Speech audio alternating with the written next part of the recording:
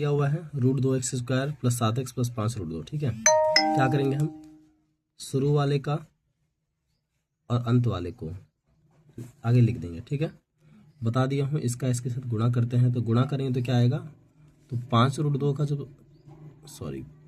5√2 का जब गुणा करेंगे √2x² के साथ, तो नंबर क्या बन जाएगा, 5√4। सही बात है, 2 दूनी 4, 5√4x²। और इसको लिख सकते हैं 5 × 4 का वर्गमूल होता है 2 और x², तो 5 दूनी 10x²।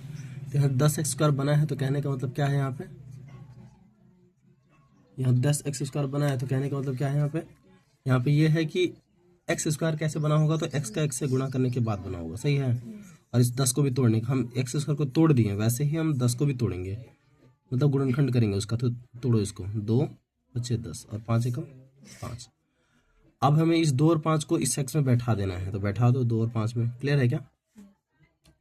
अब इसको उठा के हमें यहाँ रख देना है, और देखो यहाँ पे लाना कितना है, 7। तो इन दोनों में क्या हम करेंगे कि 7 आ जाएगा प्लस में, तो दोनों में हम प्लस करेंगे तो आ जाएगा 7। सही बात, और तो कोई दूसरा ऑप्शन भी नहीं है। देखो जोड़ 2 तरीके से होगा, प्लस प्लस करने से प्लस आएगा और माइनस माइनस करने से प्लस आएगा, लेकिन अंतर क्या है, हम प्लस प्लस वाला क्यों कर रहे हैं, क्योंकि आंसर में भी क्या प्लस में ही आया है। बातें क्लियर है क्या। और यहाँ 2 और 5 है, तो हम 5 2 भी तो लिख सकते हैं, जैसे शुरू में हम किए थे। तो 5 2 नहीं लिखेंगे, 2 5 लिखेंगे, क्योंकि 5 2 भी 7 होता है, 2 5 भी 7 होता है। ठीक है, देखो यहाँ पे 2 है, तो यहाँ भी 2 है, तो 2 के साथ वाला, 2 के बगल में हम 2 वाले को लिखेंगे। ठीक है, तो ये कॉमन निकल पाए। 2x प्लस में कितना, 5x प्लस में 5√2। क्लियर है क्या। अब चलो मैं तुम लोग को बताया हूँ कि 2 कैसे बनता है, तो 2 बनता है √2 का √2 से गुणा करेंगे तो √4 आएगा, √4 का मूल 2 होता है, पता है। तो यहाँ पे देखो कॉमन क्या निकलेगा, यहाँ 2 को हम √2 के रूप में लिख सकते हैं ना। तो यहाँ भी देखो, यहाँ भी √2 है, देखा जाए तो यहाँ भी √2 हो गया फिर। सही बात है, तो हम क्या कॉमन निकालेंगे, √2 कॉमन निकालेंगे। जब √2 कॉमन निकालेंगे, और साथ में क्या कॉमन निकाल सकते हैं, देखो यहाँ x 2 बार है, यहाँ x 1 बार है, तो x भी कॉमन निकलेगा। सही बात है क्या। अब चलते अंदर क्या बच जाएगा, x बचेगा, प्लस का प्लस। देखो √2 को √2 में तोड़े ना हम, तो जब 1 √2 जो हम यहाँ लिख दिए, तो कितना √2 बच गया, 1 √2। सही है क्या, सही है क्या। अब चलो आ जाओ यहाँ प्लस पे।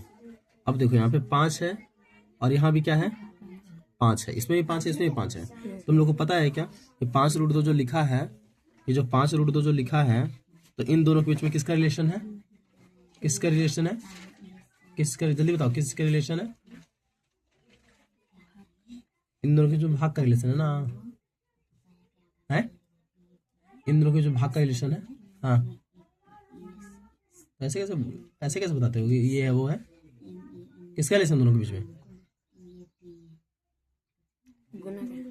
दोबारा बोलना मत, समझा रहा ना, किसका रिलेशन है, गुणा का। यहाँ भी 5 है, यहाँ भी 5 है, इसमें x है, लेकिन इसमें x है क्या, तो कॉमन में क्या निकलेगा, फिर नंबर निकलेगा, 5 निकलेगा।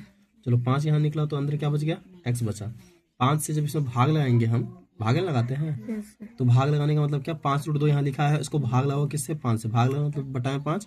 देखो 5 से 5 कट जाएगा, तो सिर्फ क्या बचेगा, 2। ये प्लस में है और ये प्लस, तो प्लस प्लस प्लस। 5 था ही, 5 √2 को 5 से लगा, तो 5 से 5 कट गया, बचा √2, तो यहाँ आ गया √2।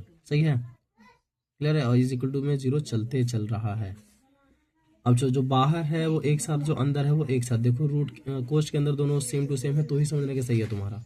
चलो यहाँ पे क्या आ जाएगा, √2x + 5, और यहाँ पे क्या हो जाएगा, x + √2 = 0।